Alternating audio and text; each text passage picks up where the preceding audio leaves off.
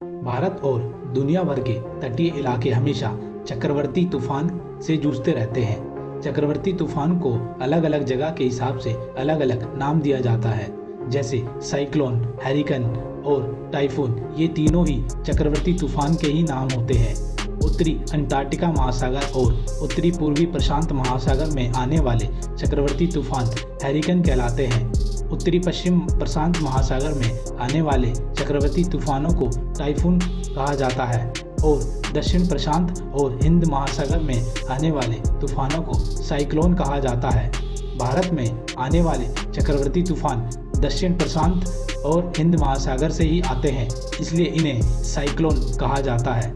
भारत के तटवर्ती इलाके विशेषकर उड़ीसा, गुजरात, आंध्र प्रदेश, पश्चिम बंगाल, तमिलनाडु, केरल, कर्नाटक, महाराष्ट्र और गोवा चक्रवर्ती तूफानों से ज़्यादा प्रभावित होते हैं।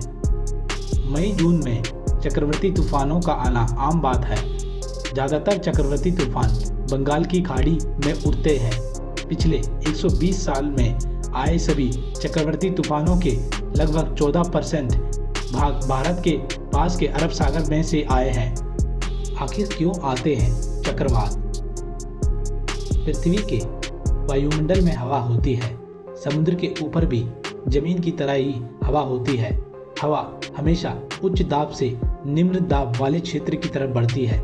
जब हवा गर्म हो जाती है तो हल्की हो जाती है और ऊपर उठने लगती है। जब समुद्र का पानी गर्म होता है तो इसके ऊपर मौजूद हवा को भी गर्म कर देता है और ऊपर उठने लगता है।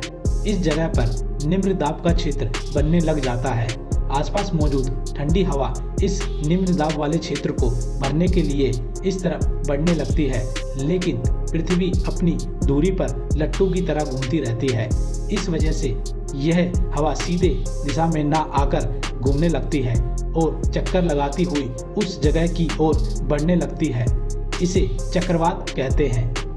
चक्रवात तेजी से घूमती हवा होती है, इसलिए इसका मध्य बिंदु हमेशा रिक्त होता है, यानी खाली होता है, क्योंकि घूमती हुई हवा उस बिंदु के चारों ओर घूमती है लेकिन उस बिंदु तक नहीं पहुंचती। इसे चक्रवात की आंख कहते हैं। जो हवा गर्म होकर ऊपर उठती है उसमें नमी होती है, इसलिए चक्रवात में तेज हवा के साथ बारिश भी होती है। चक्रवात घूमते हुए आगे बढ़ते जाते हैं और जब समुद्र के तट से टकराते हैं तो कमजोर पड़ने लगते हैं। इसका कारण जमीन पर हवा का उच्च दाब होना है। चक्रवात की दिशा का अनुमान लगाया जाता है, लेकिन चक्रवात का रास्ता निश्चित नहीं किया जा सकता। कई बार चक्रवात अपना रास्ता तट से टकराने से पहले ही हवा के दबाव के चलते बदल देता है। हवा की रफ्तार के हिसाब से इन चक्रवातों को 5 श्रेणियों में बांटा जा सकता है।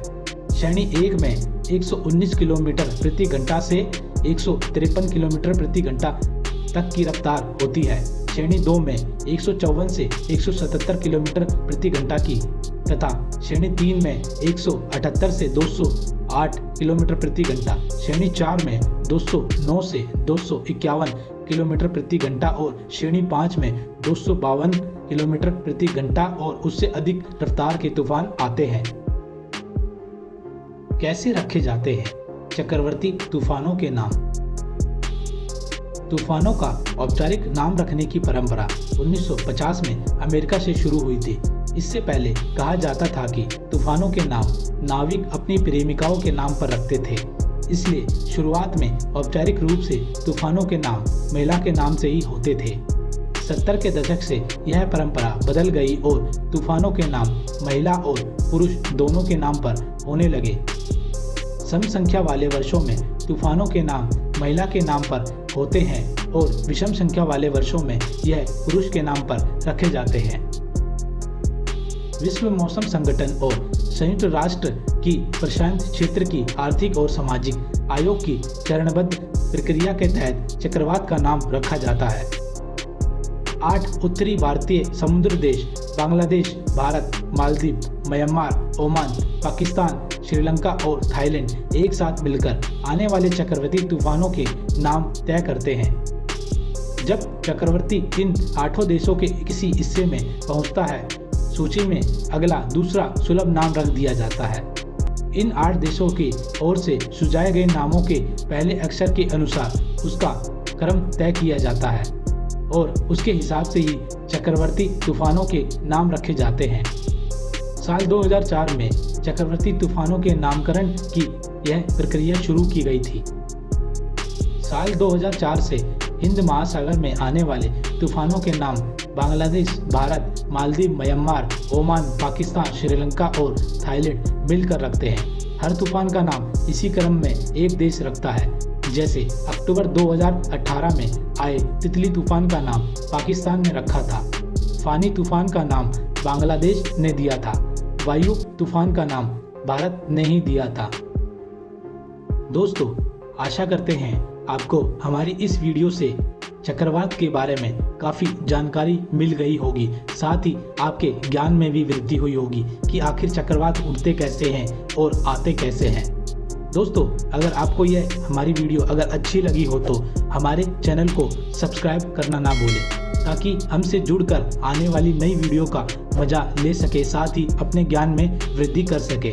मिलते हैं नेक्स्ट वीडियो में। जब तक के लिए जय हिंद दोस्तों।